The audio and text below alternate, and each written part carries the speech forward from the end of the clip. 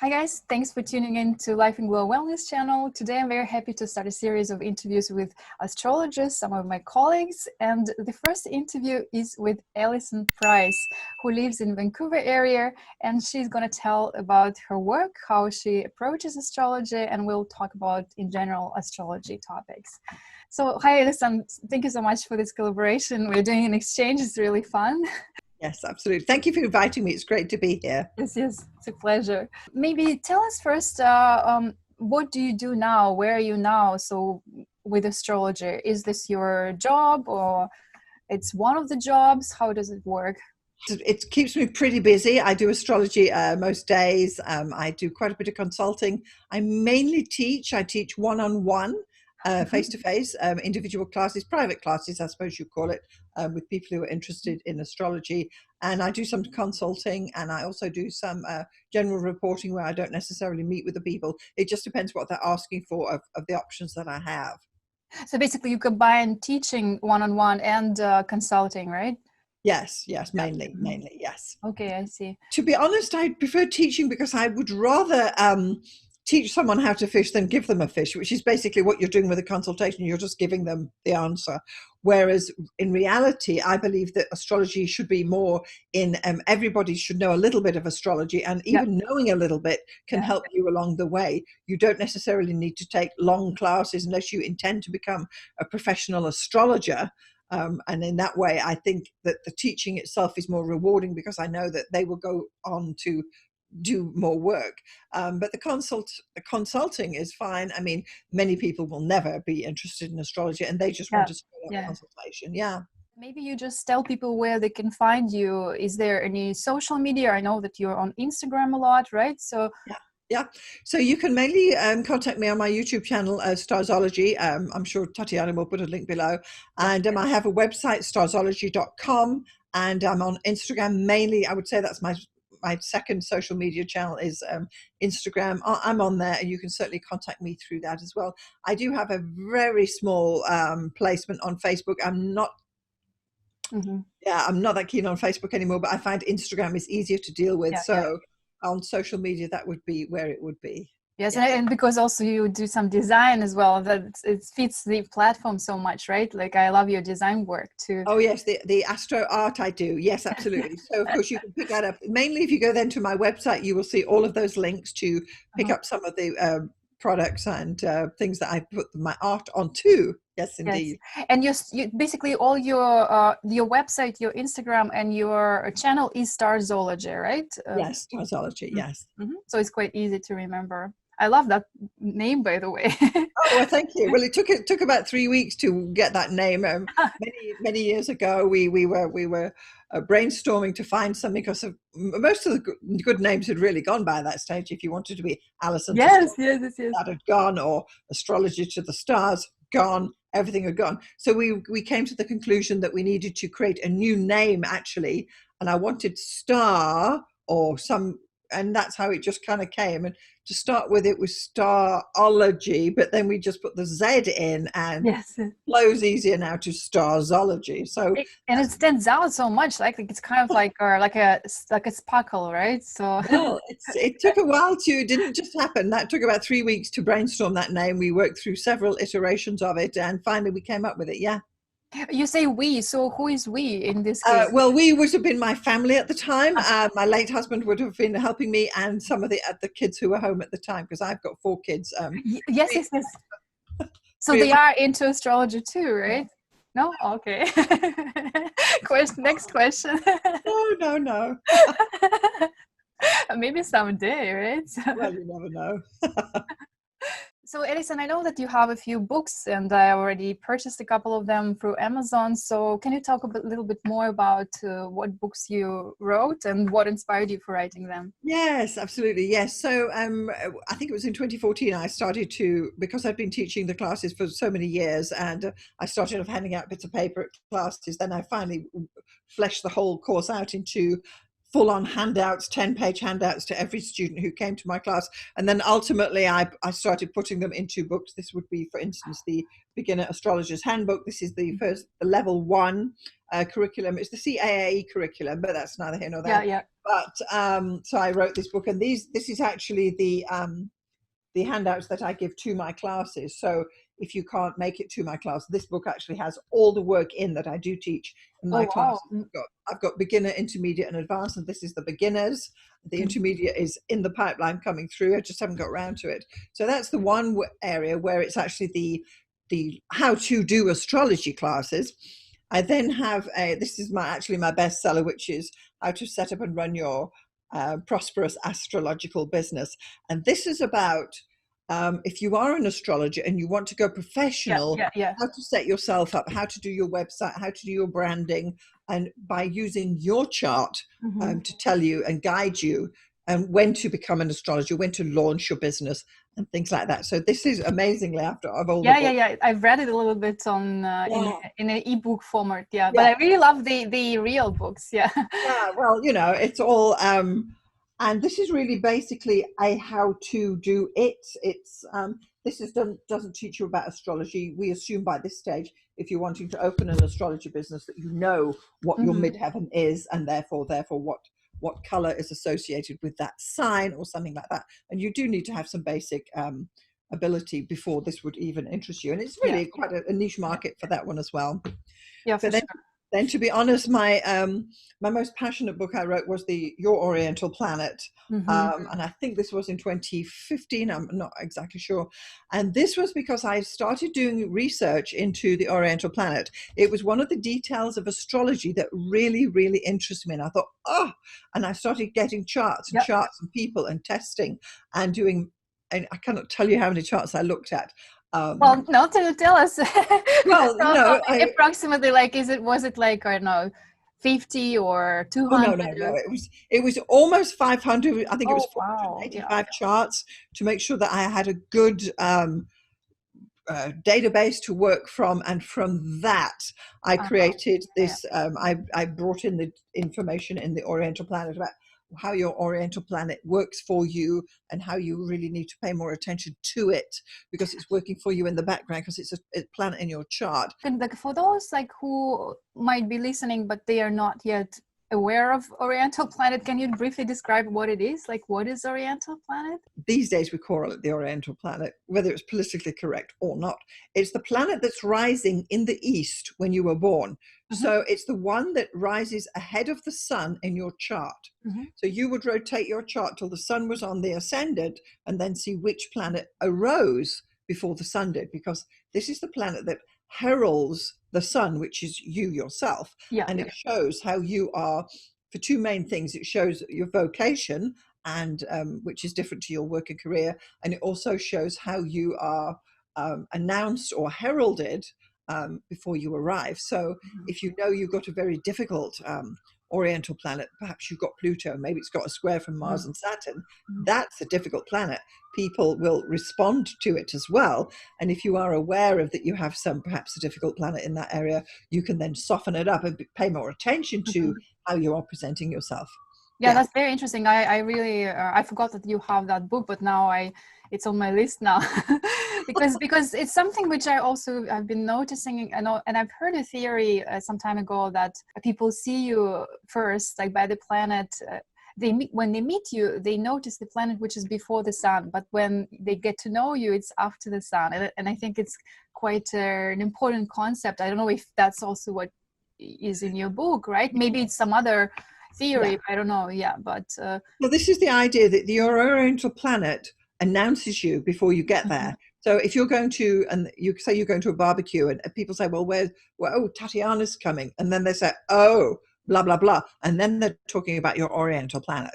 Whereas your Occidental Planet, which is the Western planet, that's the planet that sets after the sun. So by that stage the sun has set in your chart and virtually you've left the party, and that planet says what they say after you've gone. I like that. Lasting impression. So it shows your lasting impression. And of course, we want to spruce these things up. Again, if you've got a difficult planet in the Occidental position, the lasting impression may be not what you really want. So you can work on it if you know these two planets, the Oriental and the Occidental. And it makes me think, what if it's a stellium and very, very tight conjunction or something? I assume it's like we need that book to get. Well, This is what I would call, this is certainly not beginner astrology. It's more intermediate going to advanced astrology. And you need to have read many, many books before you Yeah, get yeah, for sure. the Yeah. oriental planet. That's why I'm looking into that too. Yes. Yes. Once you realize how the oriental planet is working for you, even if you're not paying attention, it's worthwhile looking into it and deciding how you want to present yourself a bit better. If you're coming Yeah. over aggressive or whatever it is, you can soften things. Yeah. It's also interesting from the psychological perspective because I do counseling and therapy too, like some coaching. So, and I'm trying now to figure out how to combine with astrology. And I think that could also give some ideas, right? Because it's like so much tied to the personality of the sun, right? So, Yes. in a way, yeah. Okay, very nice. They're all available on Amazon.com. Yes. Not .ca, right? No. Okay. All right. So I think I bought maybe from .ca the electronic version. So Probably, yes, but it really is yeah, listed on Amazon.com. Yeah. so let's talk a little bit about your approach. Like, how do you approach astrology? I know it's a huge topic to talk about, right? But say, especially in the context of where you started and where you are now, like, did it change, and what helped you to choose what to focus on? Yeah, well, it's been a long journey. I took my first astrology lesson in 1980, way back then, and I started going to classes. We were living in Johannesburg at the time, and I had to drive like 45 kilometers to get to the one guy who taught astrology, and I went there. And he was teaching astrology in a converted garage on his property, and he put a classroom in with views and what have you. And when I got there for the first class, I must have been a fresh-faced young woman. I'm not going to say how old I was then, but I was young. And I got to the class, and it was packed with people, and they were all sitting there. So because I was the youngest, I had to stand at the back and let the ladies sit down. And then my job became that halfway through, I had to work the tea urn and make tea for everybody. So that was my job to start with, and I couldn't get a seat. So I kept coming back and kept coming back. And slowly, as the weeks went on, people dropped out because astrology is not the easiest subject to learn. And finally, I managed to get a seat at the back. And then as people continued to drop out over these 2 years, I eventually got to be sitting at the front. And in the end, there was only 3 of us left who actually went through and got that diploma. That is amazing, though. So you mean like you've been standing most? I know. No, this is so bizarre because like for people we're so lazy, we're so spoiled with some opportunities, right? We are sitting in our like couch in pajamas watching astrology videos, right? And then you are like working hard to stand in the back, or maybe not even seeing all the details. Could you see the details? Or they didn't have presentations at that time, right? Or... Oh no! He was just teaching astrology from the beginning to the end. It was a 2-year course, and that's really honest, probably where I learned most of the astrology I still even know today. And he then at that stage was importing books from America because South Africa, you may or may not know that astrology was frowned upon at the time in the country. It was a very religious country, and you couldn't get astrology books anywhere. So I got my first ephemeris from him in that classroom. So they were humble beginnings. But then as soon as I sort of started with astrology, I would be on a Saturday afternoon on my dining room table working on people's charts because there was no computers. You had to do it by hand. It would take me 5 hours to calculate one natal chart by hand. And you just hope at the end that you got it right and then do the interpretations from there. And then I started, people were saying, well, I would say, can I practice on you? Come. And I would do their charts. And then they started telling their friends. And it slowly shifted to people I didn't know, people I'd never met were asking for me to do a reading. And that would then be my Saturday afternoon. I'm going to do an astrology reading. And I never thought it would come to this, but I just kept going and going. I bought all the books. I read all the books over the years. Yeah. So basically your promotion was, as we call in Russia, some address or word of mouth, right? Oh, yes. Clients would bring clients, right? Yes. And to be honest, Tatiana, that's still how it is today. It is still word of mouth. You do a reading for someone, they tell their sister, their cousin, their aunt, the woman they work with. Next thing, they're approaching you because then they're they're pre-bought on astrology. They're into it already. They're saying, oh, so-and-so Right. said I should come. And that really is, word of mouth is still the best way I to think get so too. Yeah. clients and retain clients. Absolutely. Absolutely. There's been a shift since I started with the Mhm. YouTube channel that people are able to almost get to know me via YouTube. Yes, yes, yes. Mhm. Oh yeah, she seems like a, dare I say, a nice old lady. And I'll contact her. And they're coming to me now because they're saying, clients are saying, I saw your YouTube channel and Yeah. I felt that you were talking to me and this, or whatever it is. Because clearly my demographic is an older community perhaps than yours is, you know? Yeah, maybe. Yeah, I'm still trying to figure out what my demographic is, but Oh, it's interesting. Yeah, because I kind of it is indeed more like my age group, like plus minus 10 years, right? So um, exactly. Yes. but I am open to any clients. I don't know. Do you actually have a preference? Like what? Because I assume that it's connected also to the cycles, like your synodic cycles and things like that, right? Which some kind of conjunction is present in their life, in their charts. Like, do you find relating to some clients easier than others, for example, depending on generation or the Um, type of?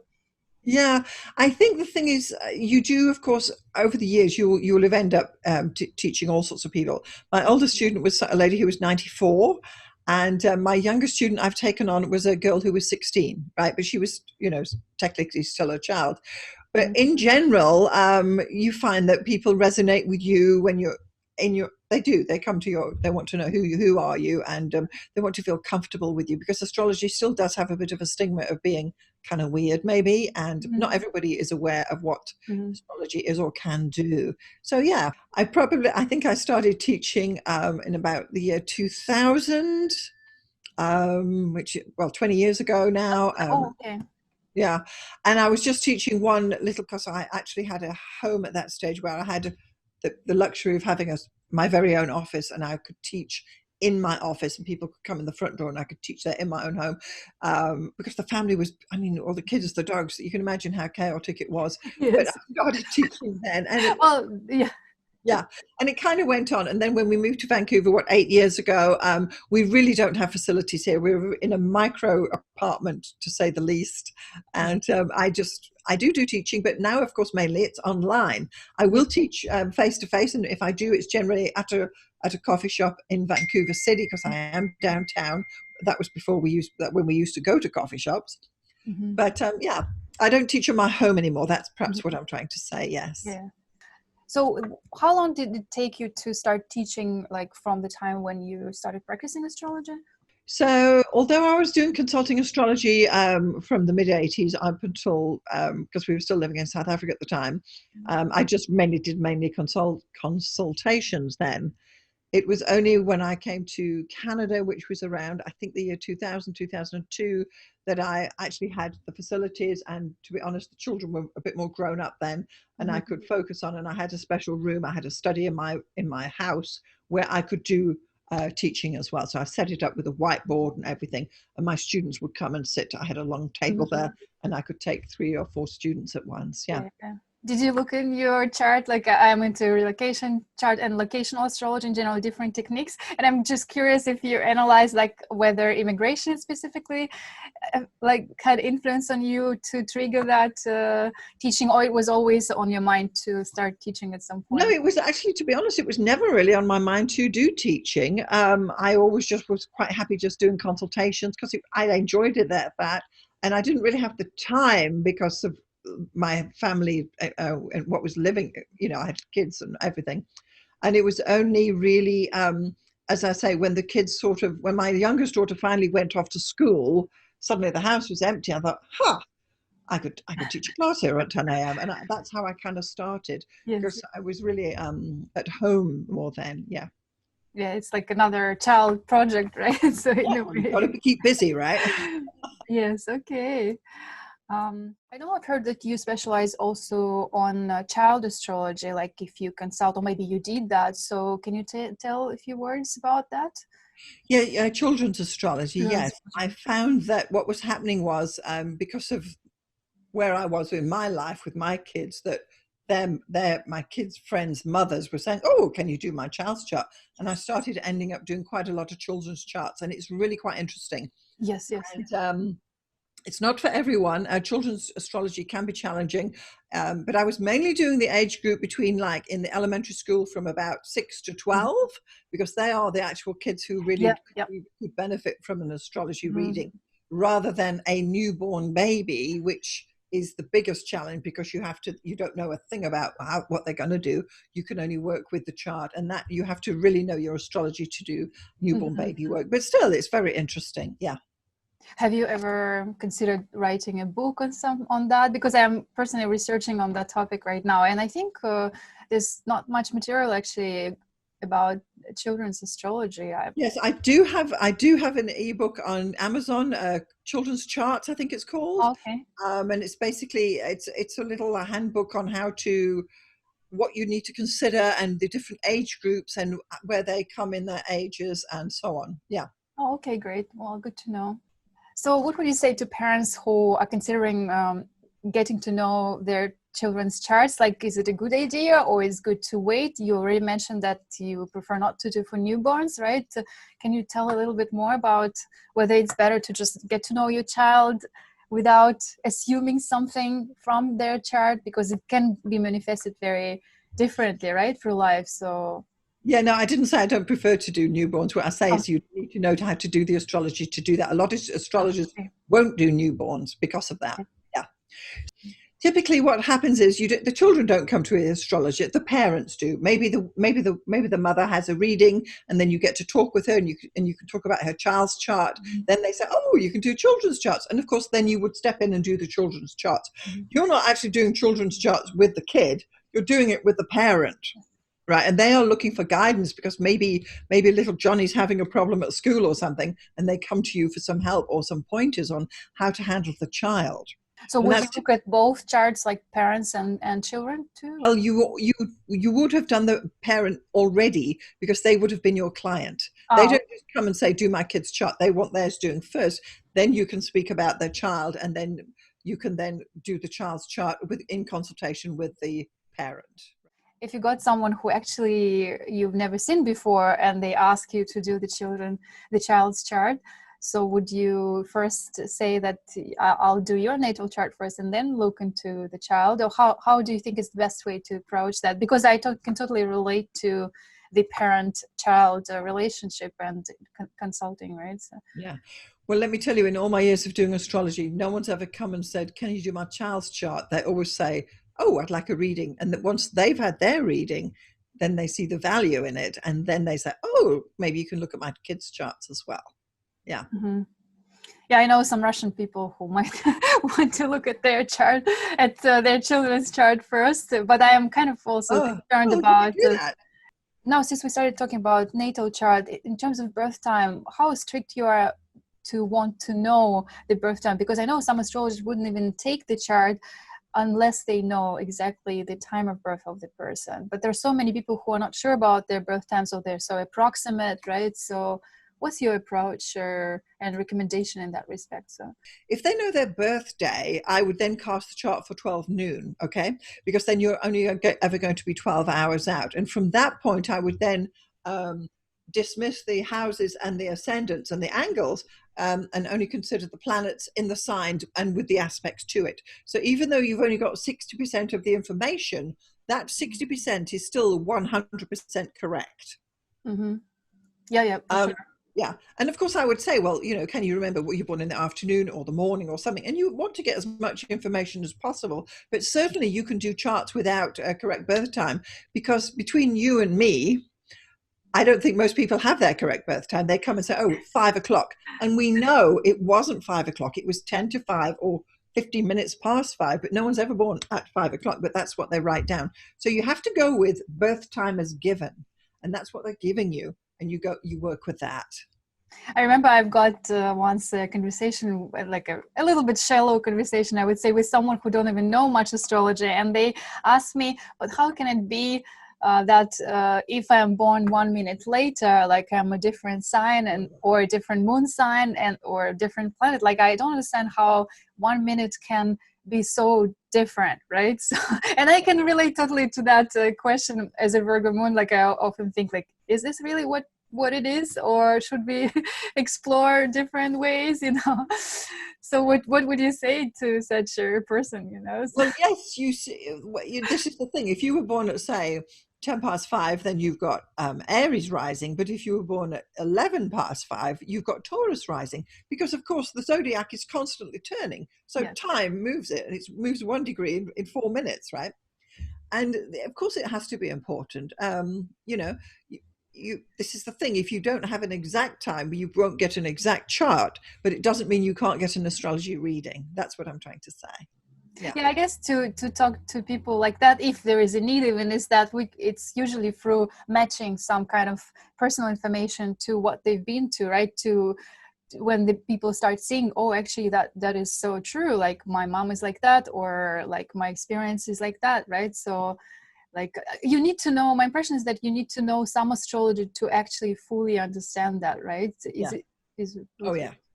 yeah. Yeah, if you're a beginner astrologer, you need to work with good birth times. I mean, Yeah. you do have to. Mm-hmm. But clearly, not everyone has a good birth time, but that doesn't mean that they can't get an astrology Yeah, reading, for because sure. the astrologer has to be skilled enough to be able to adjust for knowing that we don't know what this time is. We don't know if that moon was in Taurus or Gemini or whatever. But what you do have, the sun's in the same position, Pluto hasn't moved. And if there's a square sun Pluto, that still exists, Mhm. you know.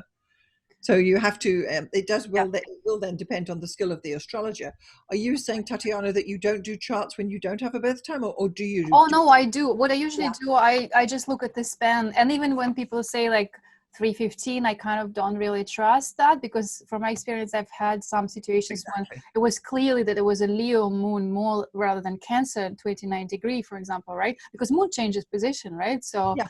especially, right? And I find it tricky though working with such charts, because like especially if houses shift quite a bit, right? The signs, but I mean it comes from experience.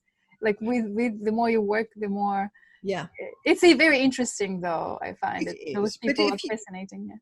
exactly, but if you use a noon chart, when you've calculated the chart for noon on that day, the moon may or may not be in the sign it's in, and you have to make an Yeah. adjustment to that. But by the same token, you don't use the houses and you don't use the angles or the Yeah. ascendant or Yeah, moon. I know. I usually do solar charts, so I mean it's kind of like a different way to look at it. So, but it depends. Like on what for. If I don't know anyone, like celebrity, I'll just use a noon chart without houses. Yeah. So Yeah. yeah. So I have a question, for example, like on the approach. So I kind of practice different techniques from different astrologers and see what works. But what about you? Like when you started, for what was the most difficult for you, and at the same time also inspiring, something inspiring which kept you going?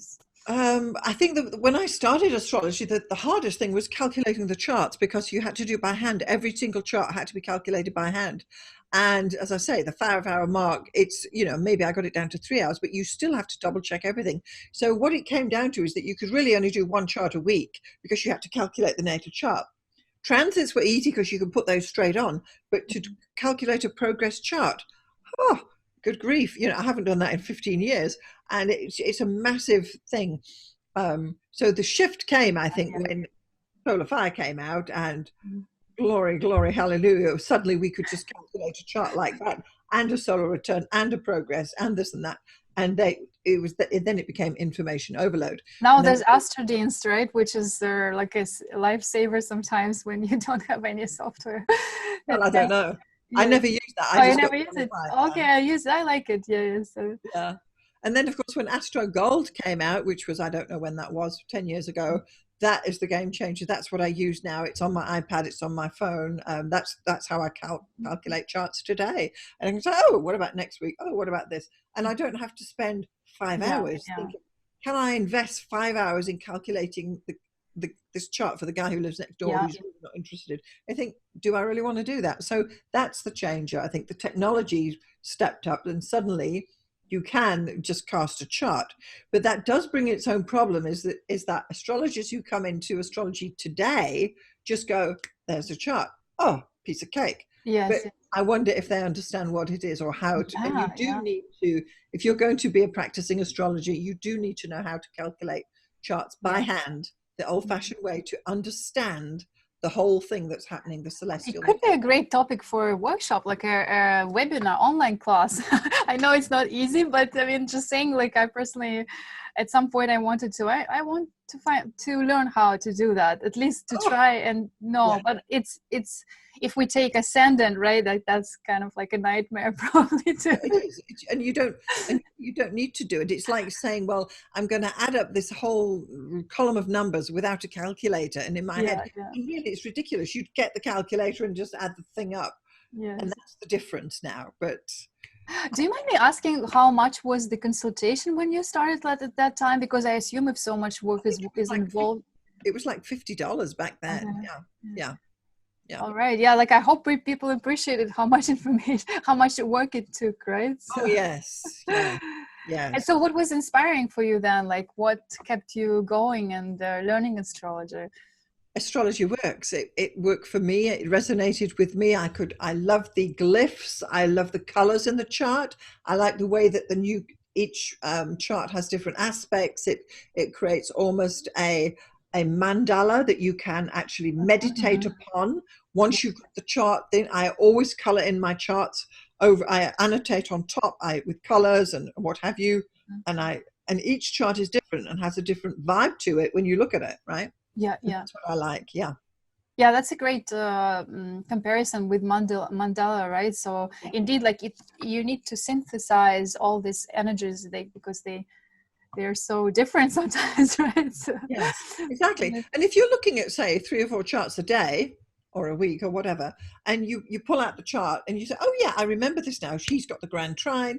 And oh, yes, I remember this one. This has got the yards. And you can see yeah. because you've colored it in and highlighted and annotated the important things in a chart. Yeah. So have you yourself meditated with your chart or someone I else's chart?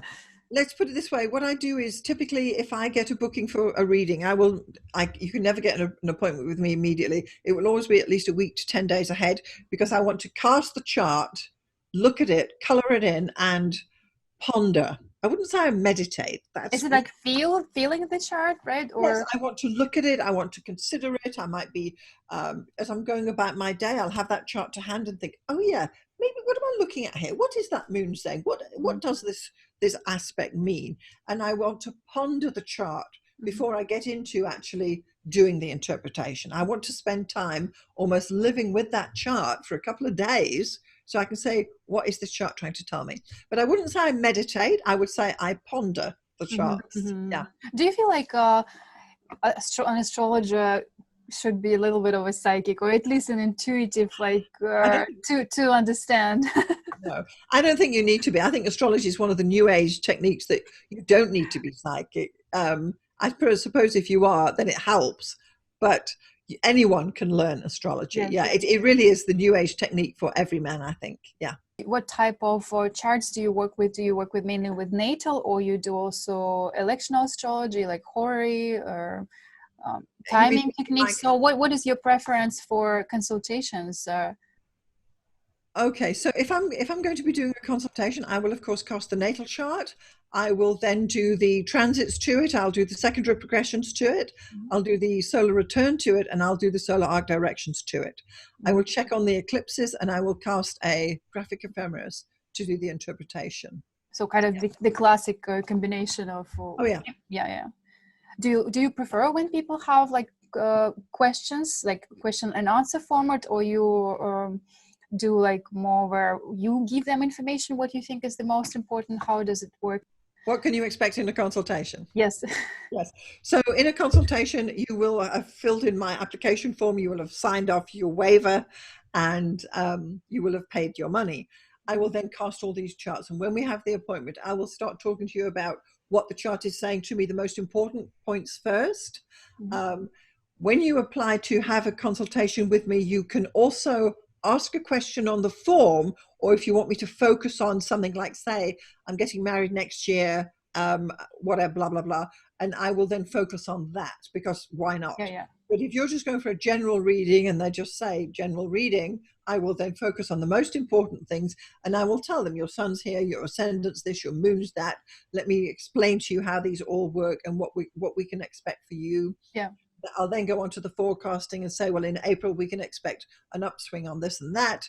In November, you want to take it easy and rest up and get ready for December, blah, blah, blah, because I will look at the trends coming through the forecasting. Typically, you will get dates for your diary. They will be critical dates that come up through the forecasting material. Mm-hmm. And I'll tell you what they are as well. Yeah. I ask that also because there are more and more people now who take consultations from different astrologers, and they also listen to forecasts and YouTube channels, right? And so if someone comes who already kind of knows their chart more or less, right? So they could just ask specific questions to you, right? Or maybe learn something, right? So exactly. So if they ask me something specifically saying like, I don't like the look of my solar return chart for this year, I will then go into that and I'll go in deep into that area. Okay. If they don't tell me where to look, I'll give you a general reading. But if you specifically say, I want to know about this, I will focus in on that. Yes. Okay. Yeah, makes sense. So yeah. So who were your teachers then? Like, is it mainly that first teacher who you learned with, or there were I went through a few, I must say. I was with my first teacher, Dr. David Saunders. He was a homeopathist, and he was in his 70s at the time, but he's passed on, of course. And then I went through several other teachers in South Africa. We had Alan Oaken came out and gave a lecture and so on. But I think my favorite book at the time was Stephen Arroyo. I don't know if you know him. Yeah. So back then, I think Arroyo got a couple of books out, and because my teacher thought he was the cat's whiskers astrologically, we had to call him Saint Stephen. We were not allowed to call him Stephen Arroyo when we're saying, well, in this book, blah, blah. We had to say, yes, but Saint Stephen says, when the moon's in Gemini, this and that. And it always became a laugh after that he was the kind of the final word in astrology back in the 80s. So even today, I refer to him as, Stephen says this and that, which is kind of weird. But anyway. Did you read his book, or you learned in person more? Oh, no, the books. The books, okay. So if we talk about different schools of astrology, Western versus Vedic, and some branches of Western astrology, so what's your take on that? Like, is it good to combine different approaches? Or have you ever tried Vedic? So what's your experience? Back in the day when I was a student sucking up all the information, I did all the charts. I did Vedic and all Hellenistic and all the rest of it, and Uranian and all of those, what do we call them, schools of astrology. But I've settled into Western tropical astrology. I use Placidus cusps, and I call myself a psychological astrologer. I don't do Hellenistic, and I don't do what else? Yeah. This is also the approach which I call myself anyway. Yes, but I state quite clearly, because people often ask Western tropical, so I'm not doing sidereal, I'm not doing the Vedic, and I'm doing psychological. And yes, I use Placidus cusps, and some people don't even like that, but that's why I state it clearly on all my information. It's on all my YouTube videos. That's the type of astrology I do. That's what I like. Yeah, I see. So it works for you and for your clients. Yes, exactly. How much free will you feel there is in life? It's a popular question by someone who is either getting into astrology or is already there, or even just a person from the street.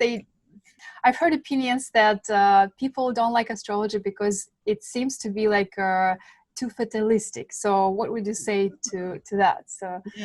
So I think there's two ways to look at this. That free will itself, I believe in free will, that I believe everyone has free will. You have choices. There is always a choice. But the nature of the dilemmas that you have to make choices about are shown in your chart. So we go along our life, you get to a fork in the road, and that's the dilemma that's shown by the chart, but you still have the choice to take it. So you take the high road. So if we took, for instance, some Neptune thing coming on, you could take the high road and become altruistic and artistic regarding it. Or you could take the low road, say, okay, well, I'm just going to go and have another beer and think about it, and you take a different route. But the dilemma that presents itself to you is what's in the chart. But how you deal with it, that is your free will. That's how I see it. Also, I'm totally with you on that. And I like how you said high and low. Like, that's a really good way to put it too, right? So yeah. Have you ever come across people who kind of live outside your chart? No. Have you ever come across people who live outside their charts? Like you're looking at the chart and you can't match it to the person. Have you had anything like that? Not often, no, because I do believe that the chart does show who they are, right? It really does. Don't you think so, Tatiana? I do too. A couple of times, maybe I was surprised with what people were telling about their childhood. I would think that they would have different experience, but maybe it's just my Oh, experience does allow yet to see yes, that.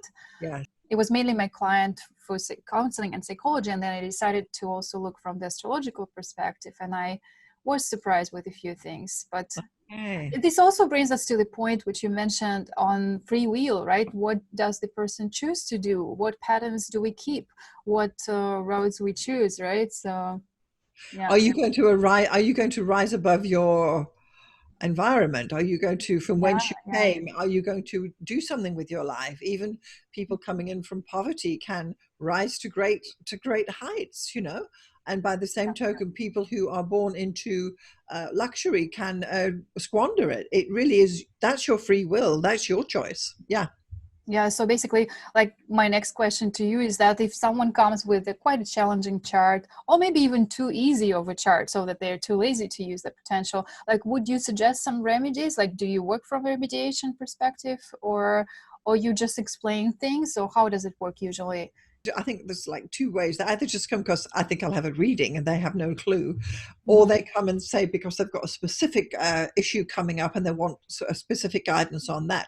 But I always like to, I've got 3 planets in Virgo myself, so I like to give people a little bit of homework and things to go and do and say, well, you know, this is what's going to be unfolding for you, and I'd like you to email me back in a month and tell me what you did about A, B, and C, and Mhm. hold them accountable. So they're not just walking out the reading saying, oh yeah, well, forget what I said. They then actually, and some of them will then pursue it and think about what it is they're trying to achieve and how the energies is shifting. And if you open it up so that they can come back to you and say, you know what, Alison, I want to tell you this, this, and this, and then that Yeah, happened. And it's all in line with what they were saying. And if you open it up so they feel they can come back and you can help them further, that's great. Whereas if you just do a reading and say, okay, bye, yeah, yeah, yeah. that's it. You can't. You have to build it in so that there is some almost accountability. And I would Mhm. say make sure you for instance make sure you've got your website Yeah, open by the next quarter, and by June 21st, I want to see the link to your website. You must go and do these things. What are you waiting for? And you hold people accountable and make them, you know, make a move on these things, whatever these issues happen to be that yeah, they're yeah. dealing with. Yeah. So basically, I like how you said it also it resonates with me that you kind of encourage them to be more proactive on Oh yeah. something after consultation rather than just be a passive listener, right? As many people Yeah. actually are in a way. They just listen and then they go and forget some things, right? Because some things are maybe hard to process. I don't think that you can just do one reading for one person and that's Yeah. it. You don't just get Hmm. one reading in your life. That is really not the best way to deal with Yeah. astrology. If you are wanting to do self improvement, you would make a consultation, have a consultation, and then come back in 3 months' time for your follow up, and make a set of 3 or 5 consultations, so the astrologer can thoroughly explore your chart and help you as you are developing over the course of that year with whatever the issues are that you're dealing with. You cannot have a 1 hour reading and you've done your chart and that's it. That's not how it works. No, I don't agree with that. Yeah. That's actually what, at the time of this interview, what I'm interested to learn personally, like on how to work with clients from different perspectives, right? And also, and how to encourage them to look into that as a self-development process rather than Yes. just like a curiosity event, right? So you come, so do So you, you have to be organized as the yeah, astrologer ahead of time yeah, and know yeah, what that you have to give people actionable steps. for sure. Yeah, yeah. Yeah. Mhm. If someone wants to learn from you how to work with charts, interpret them, and how to work with clients, like what's the best way to do that, do you think? Yeah, so there's 2 options I've got there. The first is that I do a masterclass on how to set up and run your prosperous astrology business. I usually do that in the summer. The last one I did was last August. Mhm. And I had a couple of, my one guy came from Toronto. They flew in for this class to teach them how to get their astrology business going, how to deal with clients, how to manage Mhm. payments, how to work with invoices, how, you know, people want to cancel, they want to refund, this and that. How do you deal with all of these things? And that is covered in my business masterclass. That's also listed on my website. How many hours is it? It's a full day. I think it's 7 hours or 6 hours. I can't quite remember, but it's like a full day. There's a whole morning session, then there's a whole afternoon session. It's a 1 day masterclass. Yeah. And but really, by the time you get to that, you are ready. You can read a chart, no problem, and you are ready to work with clients and find out what it is they want. So that is listed on my website, and maybe I can give you the link for it as well. I will do it eventually. The other way to deal with questions such as how do you deal with this and that is I offer mentorship by the hour. So this is, it's not exactly coaching, but it's mentorship. So what happens is you book an hour consultation with me, and you are the astrologer, and we are going through what your issues are about your business or your chart reading or how to deal with your clients, and you're ready with all your questions, and we're going through what to do, what to do. And they will go through their client's chart, dig out everything they have the information on, then book a session with me for an hour and say, this is what I see in this chart. Am I on the right track? Am I presenting it properly? And you would send me the chart and this and that, and we would go through and answer your questions. It's not a chit chat. It's you're asking questions you need the answers to, and that's what mentorship hours are. Now that's by the hour. And basically it's compared to supervision, it's not like after you've already done something and you have questions after when the work is done, but you come beforehand, which I like this idea as well. Yes, because then if you are, say you're doing your first consultation with Agatha next Saturday, and you've got the chart and you've got all your notes and you think you've done everything, but maybe you still want some help to just make sure you're on the right track, almost like oversight. And you can say, well, what about this? What about this? And how do I handle that? And when does she pay? And the rest of it. And all of those things can be discussed because every new astrology will have different questions at that time. Yeah. But that's mentorship hours. Now, it can be for anything. If you just want to spruce up on something with, we can do it by the hour, and I answer your questions that you have. Yeah, maybe someone who listens to also will be interested. Yes. So Alison, what do you think about community groups? Is it important for an astrologer who is studying to be connected to someone local, like to see people in person, maybe to meet and practice with someone together, or it's okay to just do something online? Before lockdown, I believe that you need to go to you need to support local astrology, right? It's important to go where astrologers are, to maybe participate in your local group, because this is how astrology is going to grow ultimately. Astrology itself is a very isolating business. Even before isolation came in, self-isolation, you sit alone, you're typing by yourself, and you're working alone. You don't have people around you. So to go to your group, that's where you get support. That's where you get to know people, where you can share some ideas, discuss other issues with your community. And I do believe that you will become a richer astrologer if you do become a member of all your local astrology groups. There's no reason not to do that. I think that just working online, it wouldn't work for me. I would rather go the 45 kilometers I have to go to my 2 astrology groups here in the city. Yeah. Okay. Now, I know that you have a nice video about going to a conference. It was Norway, I think, right? The video. Oh, yeah. Yes. That's how to survive a conference. Yeah. Oh, how to survive a conference. I watched it. I really enjoyed it. It was So do you like going a lot to the conferences? Do you go as a participant, or sometimes you also do the speech, how it's called, lecture there, right? Yes, I do. I have lectured I could say internationally. I have lectured at Norwalk. I was talking there about Your Money Planets, which is another book that I've written, which I forgot to mention. I lectured there. I have attended there.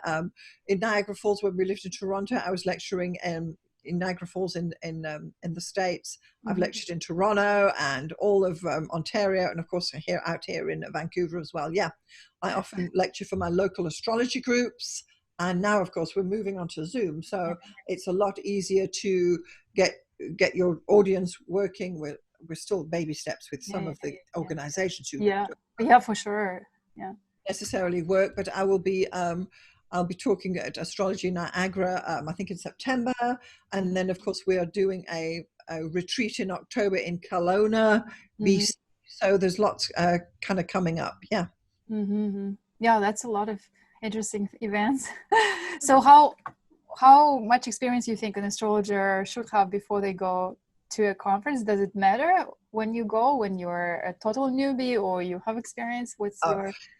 If you're studying astrology with me as a student, I say you need to go to conferences. Absolutely, you need to go to them all. Of course, you can't, but don't think, oh, don't want to go. You must go, because then you're going to see different lecturers. You're going to be exposed to different ideas, that things you never even heard of, and you're going to be sitting in some lectures as a beginner and thinking, well, I don't know what that guy was talking about.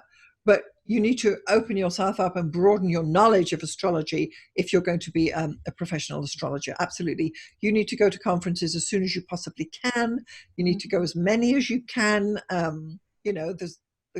Norwalk's our local one, right? Yes. And when I was in Toronto, it was SODA. And I've been, of course, to the faculty's Oxford summer schools twice to immersion. You want immersion in astrology. Absolutely. Oh yeah, it's where your people are, right? That's where you go where the astrologers go. Yes. I totally understand. It's just when you're a social dancer, you kind of debate where to go to, but I think it's a must. Like, I've been dreaming about going to an astrology conference. Anyways, yes. Are you into research in general? Do you want to do more research in astrology? After I did the massive research on the oriental planet, which to be honest continues because it just interests me so much, I haven't really found anything that has piqued my interest that much. I would say the next best thing that I am interested in is with working with Davison charts in relationships, and that to me is absolutely fascinating. There you need a couple of charts, and when I teach that class, I do then say I am looking for charts, because you need to find charts to work on. And really that's a lot to when you're doing research, you need at least over 100 charts, and up to where I went up to almost 500. And you do need enough data to get results. You cannot do a research with 10 charts. That's never going to work. So I would say it's ongoing as things interest me, yes, but nothing in particular at the moment apart from the Davison research, yes. And you actually, in terms of research, you organized it like, was it like a spreadsheet you had, or how did you manage to, it's a lot of data, right? Like, it's like a whole different... I know, and it suits my Virgo-ness. So yes, Q Excel. So I've got all the charts going, because we were looking at specifically, if we're looking at Davison charts, I want to know, well, what are these combinations? How are they working? And I would monitor the data like that, but I would keep all the charts. I don't sort them alphabetically. I sort the charts by sun sign. So Aries are at the front and that kind of thing. So, but you need mountains of data. You can't just do it. You can't say, oh, I'm going to do research and do it in 3 months. Of course. Yeah. What I mean is that the way to organize it is kind of one of the important questions as well, right? So that you don't get lost in the research. Spreadsheets all the way. Let's talk about your channel. So a little bit. So I know it's a huge topic, but just like briefly to tell people what they can find at your channel and when you started it. So my YouTube channel is called Starzology. Fortunately, I did take the name way back when I launched the name. Yes. That was smart. I started posting consistently on YouTube in November 2017, which is just like 2.5 years ago. It's what I call a micro YouTube channel, and it's slowly growing. So every Sunday, 7 a.m., and that's when the video goes out. I talk a lot about running your astrology business, because that mainly is where my focus is, about getting up and running with your astrology. I teach a little bit about astrology, some topics that interest me. I've got videos up about that. But I'm also talking about how to manage, how to actually navigate the business of running an astrology business. When I first started the channel back in November 2017, I was doing horoscopes, but I found that was an absolute treadmill. It was not satisfying for me. And honestly, you can get a horoscope on many channels, and that's really not what I'm providing. So I'm providing evergreen content about astrology. So when you get to want to know about what's the most elevated planet, there's a video about that. When you want to know about the part of fortune, there's a video about that. If you want to do solar returns, there's a video about that. So that's the type of content I'm putting out. Yeah. I have also one more question about your design. If you can just tell briefly your design work, like I have a cup. I don't know if you can. Oh, thank you so see it. much. Yes. Yes, so I really like your artwork. So, and I have another one also here. Yes, so I do. I call it astro art. I do drawings. I have a shop on Redbubble, Starzology on Redbubble, and the art that I've drawn is generally all astro related. So there's the signs, and um, I've got some scarves and stuff I could dig out, or even, for instance, I have. This is the type of thing you put it on coasters and you draw these images. You can all available. And what I just like astrology, so I do the art of it. It's almost like fan art, if you will. It's a way to express what I want to say. It's it looks very professional to me and very original, like those colors, they pop. So, and I wanted to ask him, I don't know if it's for the interview or in general, so it's like, where did you learn actually design? Like, did you I didn't learn design. I was always drawn art. I'm not a trained artist. When I was 9 years old, one of my paintings was at school was put in the art exhibition in the local town, and I was always top of my class in art, but I never took up art. And when I wanted to go to art school, my father said, "No, no, no, you won't get paid if you do that. You need to go to secretarial college." And off I went. But that's the burger side. yeah, those were the days, right? We tuck on a typewriter, and but I didn't last. But anyway, that's another story. I like being creative. I like drawing, and since I got my iPad 2 years ago, and Procreate. Honestly, it's a game changer. And if you are anywhere artistic, it's for Mac. I think it's for iOS though, right? Because it doesn't come for it's Apple. Yeah. Okay. So it's fun to watch you post. I also do other types of art as well. I do a lot of pencil work, and I do have another Instagram feed that's for my art alone, that's not astrology related. So I see. Okay. I don't combine the two, and I do quite a bit of colored pencil work. I've got my Faber-Castell Polychromos, and I'm working through working with that as a medium, and I have a whole table over there with all my art stuff on that I'm working on. I like to do a drawing a day if I can, a little mini drawing a day, and actually that's what a few of those black ones are. I don't know if you can bring it closer. Is it possible? Yeah.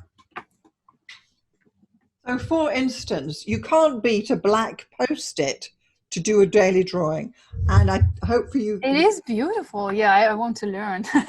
So you just get a set of black post-its from Staples. Ah, okay. And then I have a gold pen, and let me put it the right way up. I have a gold pen and a white pen, and I just do these little drawings because you can do it in 10 minutes. And it doesn't really matter what it is you're drawing, but I just like to practice. So I do art. It's acrylic pens, right? Acrylic or? It's the gel pens. Oh, gel pens. I have these two. The white. Maybe you can do, as a request from your fan, some video about this. Yeah, maybe so. For your channel. Yeah, this tends to be the astrology related stuff. But I do also have other art that I put up on an Instagram feed that's separate. It's not really going anywhere, but I do like to have the creative expression. And then my other second hobby, which you don't even know about, is I do crocheting, and I actually have I sell crochet patterns as digital. Oh really? Oh yeah. Wow! You mean like crochet, like crochet? Oh okay. Yeah. Is so there? Can you show something or not? Gosh. So for instance, in the video or not. So for instance, this is a design. Oh wow, that's fun. That looks very complicated to me. This is a crochet bag. It's fully with a thing, and it's a button down. Beautiful, yeah. And I have several iterations of it, because although I make the product and then I will line this and so on, it's actually the pattern. I'm a pattern designer in crochet, and I actually sell my patterns on Etsy. On Etsy, yeah. Okay, I see. So I do have a crochet website as well. Yeah. It's like a tutorial, right? For. No, it's just how to do the pattern. I just sell the patterns. Yeah. Nice. Oh, interesting. Everyone is so talented, right? So. Okay. All right. Because I'm just so busy. You see, I've got Mars in Virgo, and it's just I never rest. Even when I'm sitting in front of the TV, I have to crochet. Yeah, I feel the same way. Yeah, I so can't just sit there, yeah. Mm-hmm. Yeah. Yeah. It's not just astrology, although a lot of it that you will see is. I don't always just do Yeah. that. Yeah. Okay, so now we'll go to the BLITZ questions, and there are about 20 questions. Your big three. Okay, so my ascendant is Leo, and my sun is Leo, and my moon is in Scorpio. Okay. So astrology is career, vacation, job, calling, passion, hobby. It's vocation. Mm-hmm. Yeah. Who would you be if you were not an astrologer? I'd probably be an astronomer. An astronomer, okay. Yes. Yes. Mm-hmm. And your MC, which sign is your MC in? Aries. Which degree? 9. 9 degree. Do you feel it? Well, yeah. What's the most important planet in your chart? It's actually the sun because it's in Leo, so in the first house. So yeah. Mm-hmm. Okay. And what house system you prefer to use? Placidus. Mm-hmm. So astrology myths. Is there any myth which you find the most common about astrology? That if I don't have any planets in my 7th house, I will never get married. Okay. True or false? False. Okay. Sure, you've heard that one, Tatiana. Yeah? You must have heard that. That is the question you get more often than anything else, really. And it's and I can attest to the fact that I don't have planets in my 7th house, and yet I was married 35 years. So yes, you get married. Yes, you do. I get sometimes, yes, some strange questions. What musical instrument would you like to play? I'd like to play the harp. Uh-huh. Yes. It's heavy though. Well, maybe so, but I think, yeah, don't you practice for when you get upstairs, Yeah, nice. Your favorite color? Yellow. Mm-hmm. Your favorite country, place to travel to? Well, I like Canada, actually, because, having lived in England and lived in South Africa and been around this and that, really, Canada's the land of milk and honey, definitely. Oh, nice, yeah. Where would you spend the vacation if you can go anywhere in the world? I'd like to visit the Galapagos. Oh, okay. Yeah, I'd like to go and see, it appeals to me. Is there where turtles are, right? Yes, Like the where the big ones? turtles are. It belongs to Ecuador, and it's where Darwin got the idea for his origin of species theory, and it just seems like, and they protect it very well, so it just seems like a very interesting place to go. Yeah. 3 books that change your life. And the novel, my favorite novel is Good Omens by Nick Gaiman and Terry Pratchett. I've actually done a video about it. I did the astrology of the authors. Oh, okay. It was an interesting book. It is an interesting book. It's probably the best novel ever written, but I love it. I love it very much. And they've recently brought out a TV program about it, but the novel itself is excellent. Okay, that's fine. So that could be an answer. So I want to know. Which movie you would recommend to watch? It can be 1, it can be 3. It's up to you. My favorite movie is Jurassic Park 1. Which one? Jurassic Park. Oh, Jurassic Park. Okay. The first one, yeah. Mm-hmm. Why? It's because it shows the conflict between that we as humans think that we just rule the world, and yet really we are just part of this macrocosm that's happening, right? The animals they say life will prevail, and the animals, well, the dinosaurs kind of take over, and that's what's happening. Though we're tinkering there with the genetic material because we think we are the boss of the world, and we're really not. I like that movie. Okay, I see. Yeah. What animal would you be if you were a power animal or any animal? I'd probably be a lion, a lioness, maybe. Yeah. So you're pretty much close to where you could be. Yes. Otherwise, I don't know, another animal that I would appeal to me. So what is in the lion that appeals most to you? I think it's the confidence, it's the pride in the cubs, which I do have. Just independent. Yeah. Have you seen one in real life, like a lion? Like Oh in the yeah, of Safari course. Park? I was in Africa, Oh, right? right. Yeah, yeah, yeah. So we lived on the border at the gateway to the Kruger National Park in the town of Palabora, and that's like from here to 100 meters down the road. There was the fence to the park. Yeah. Oh, wow. Okay, okay. Oh, nice. Your dream magical power. I know I'm asking like kind of like this, but I think it's fun because we are too serious sometimes in The lightning astrology. round. I I think I'd like to live forever, to be honest. Yeah. Oh, okay, okay, nice. Your favorite astrologer? Oh, astrology channel. My favorite astrologer is Nick Campion. Mm-hmm, Yeah. I don't have a favorite astrology channel. mm-hmm. Okay. And are there any astrology books you would recommend? If you're a student astrology, first up, you need to get an ephemeris. That's your first book. The Mm-hmm. second book I recommend is The Contemporary Astrologer's Handbook by Sue Tompkins. Mm-hmm. Yeah, Okay, okay. it's on my shelf. It's up to date. It's the one if you've only got $30 to buy a book, buy that book. Mm-hmm. Okay, great. Yeah. What book about astrology should be written, in your opinion? I don't know. Mm-hmm. It's okay. So, what astrology can teach us? It's self-awareness. I think it really is. It's that you've got inherent talents, and you might not be using them because you're just getting up, going to work, coming home, and that's it. Mm-hmm. But you've got talents. We all do. We're all creative animals, and you have so much to offer. But you get bogged down in the grind of daily living that I think a consultation with an astrology will show where your talents lie and what you might do to find happiness within your life. And it is shown in the chart. Yeah. Mm-hmm. It's true. Yeah. One last question. Alison, if you choose a planet to dance with, what planet and what dance would it be?